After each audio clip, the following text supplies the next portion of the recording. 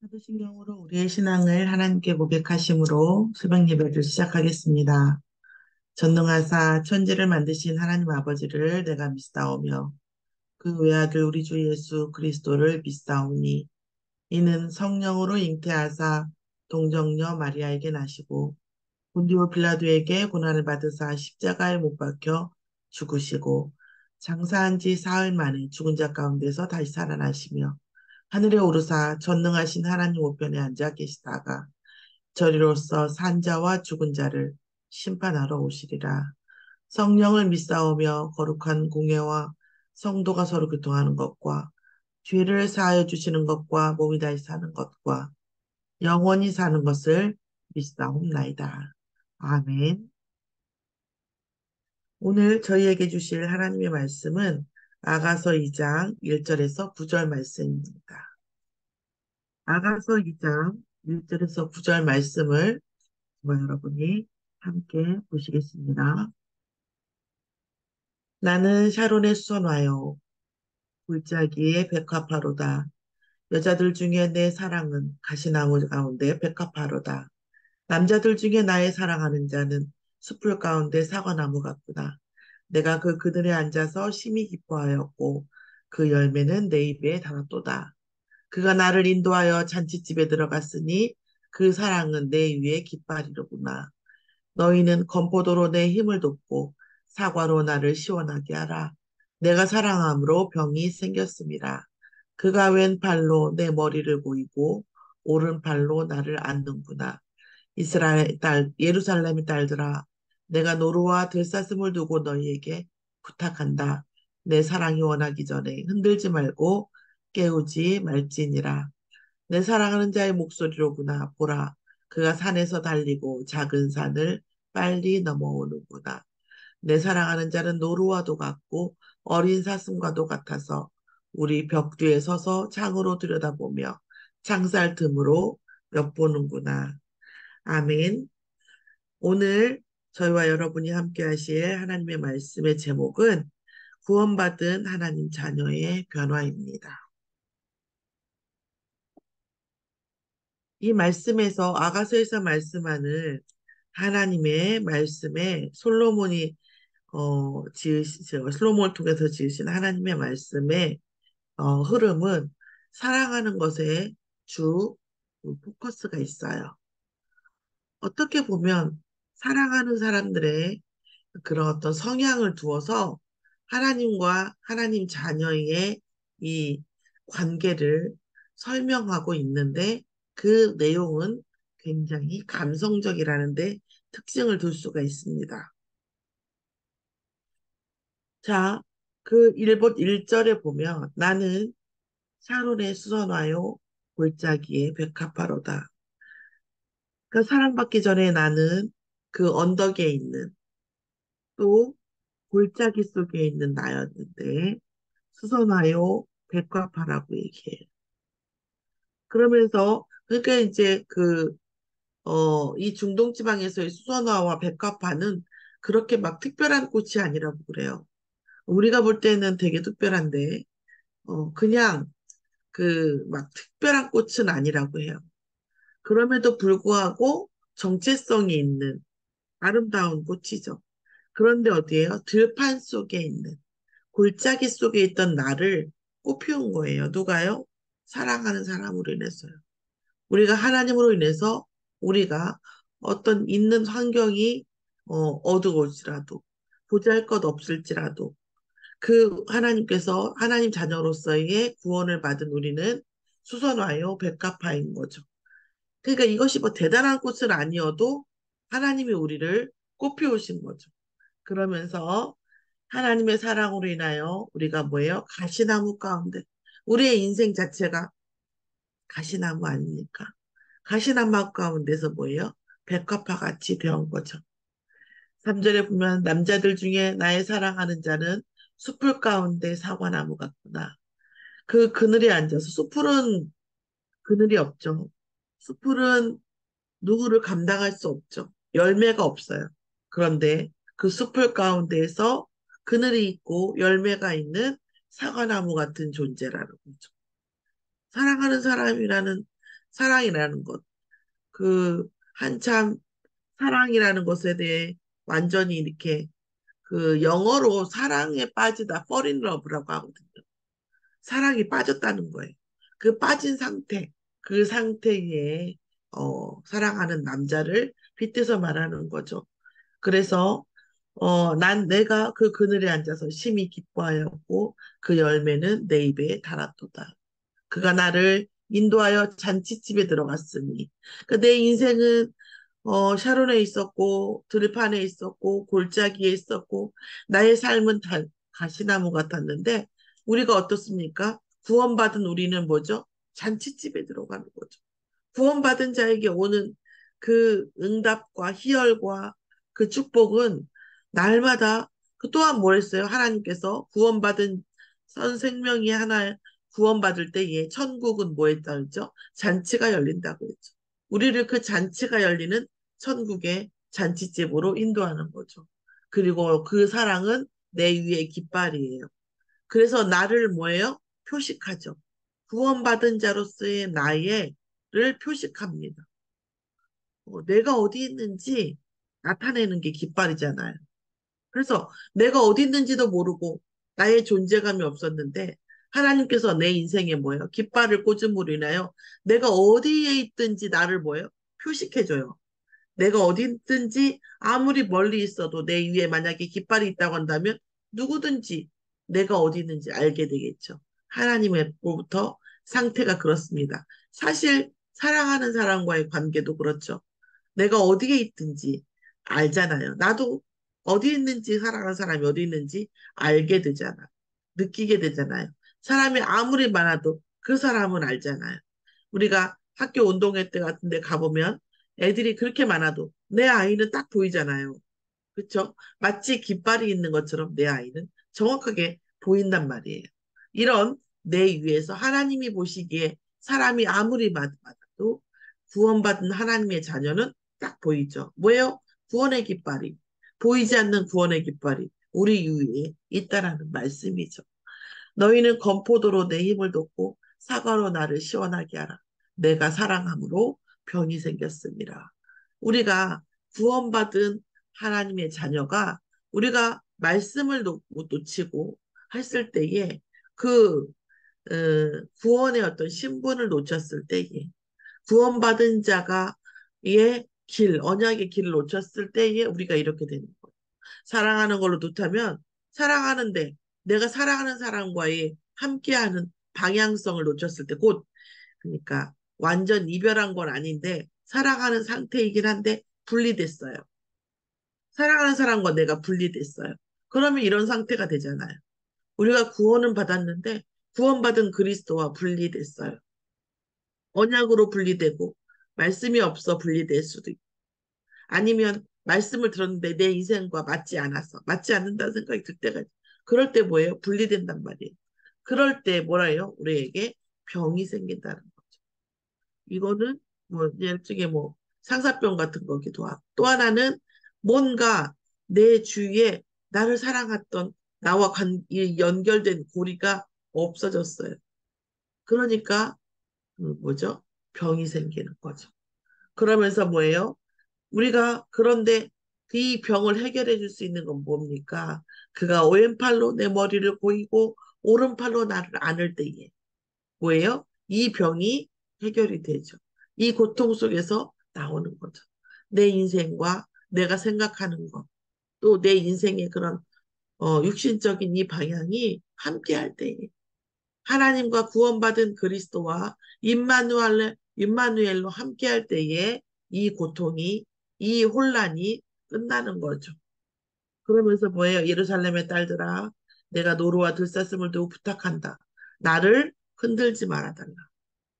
세상에 있는, 이게 내가 말씀드렸죠. 노루와 들사슴은 조그만한 소리가 나고, 뭐 송소리 같은 건 더할 나위 없고, 부시럭거리기만 해도 막 뛴단 말이에요. 근데 뭐예요?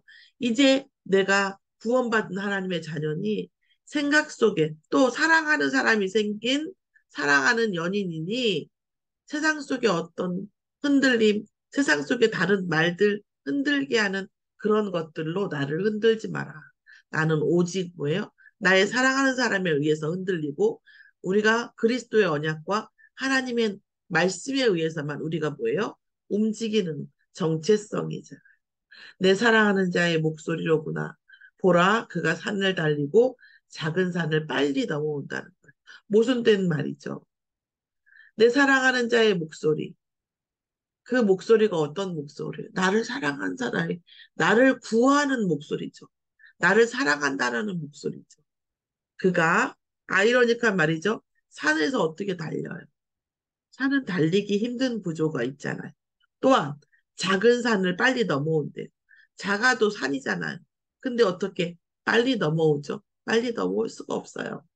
그런데 그가 나를 위해서 그렇게 한다는 거예요. 산에서 달려오고 작은 산을 빨리 넘어오는 그런 일을 누가 해요? 그가 나를 위해서. 왜요? 사랑하기 때문에. 나를 구하기 위해서. 나와 함께하기 위해서. 나를, 예, 어, 목소리를 들려주기 위해서 그가 그렇게 하신다는 겁니다. 그러면서 뭐라고 나와요? 내 사랑하는 자는 노루와도 같고 어린 사슴과도 같아서 어떻게 해요? 소리 없이 내 옆에 와서 나를 끊임없이 바라본다라는 이게 사랑하는 관계에서도 있고 하나님이 우리를 그렇게 한다는 거예요. 우리가 그 존재를 느끼고 혹은 느끼지 못할지라도 늘 내 나를 뒤에서 벽틈 속에서 그리고 또 아이러니한 얘기죠. 벽 뒤에서 보이지 않잖아요. 또 벽이라는 것은 내가 보고 있어도 보고 있는 나를 느낄 수가 없어요. 그런데 어떻게 해요? 벽 뒤에서 인기척이 없을지라도 나를 보고 있고 창살 가운데에서 틈으로 내가 갇혀 있는 것 같아도 내가 혼자 갇혀 있는 것 같아도 뭐예요? 틈에서 나를 엿보고 있다는 거예요. 그게 결국은 또 어떻게 됩니까? 살아가는 자의 속성이죠. 벽 뒤에 있어도 존재감을 느껴요. 언제나 내가 보이지 않는 곳에 있어도 사랑하는 사람 중심으로 어, 내 촉각이, 내 감정이, 내 느낌이 뭐예요? 향해져 있죠. 그리고 뭐 합니까? 그 사람이 어떤 어려움이 있는지, 어떤 상태이든지 언제나 뭐죠? 틈을 보는 거예요. 어떻게 해요? 어떻게 틈을 보겠습니까? 구해주려고 보는 거죠. 그 사람이 갇혀 있을 때에 어떻게 하고 싶어 해요? 구해주고 싶어 해요. 이게 누구예요? 사랑하는 사람의 감정 상태고. 그것이 누구의 감정 상태? 하나님께서 그리스도를 통해서 우리의 인생을 늘 바라보는, 늘 임마누엘 하시는, 늘 함께 하시는 하나님의 감정.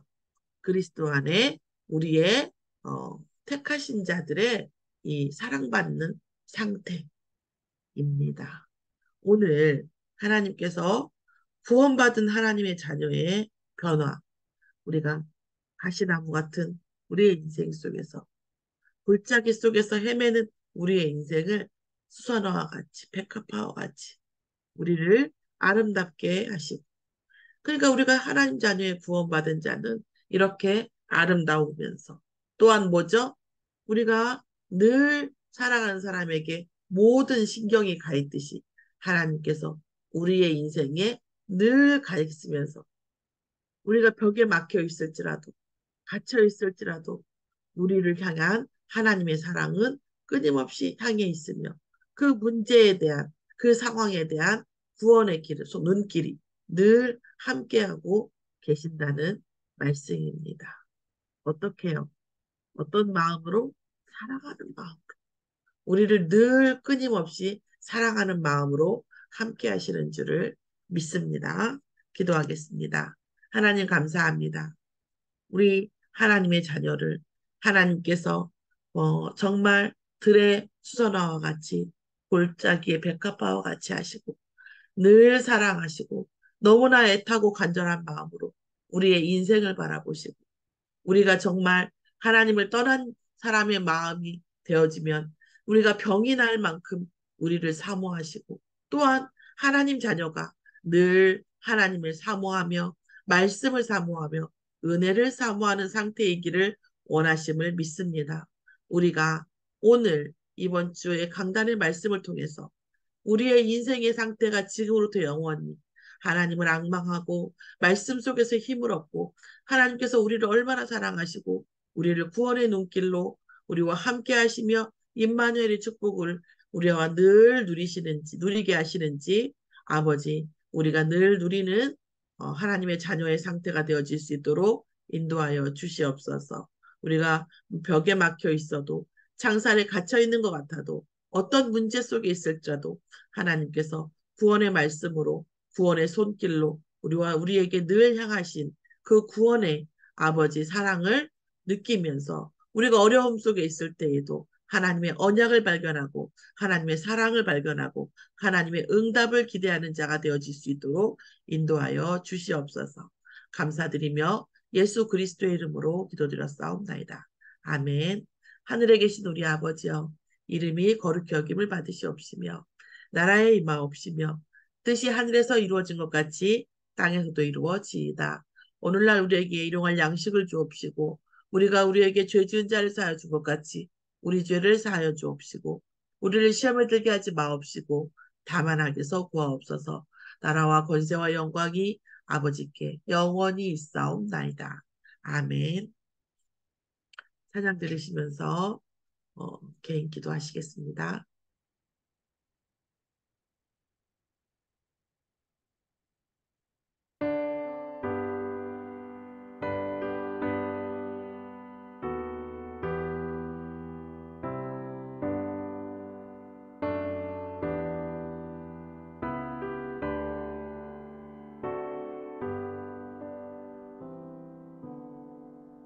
나 같은 죄인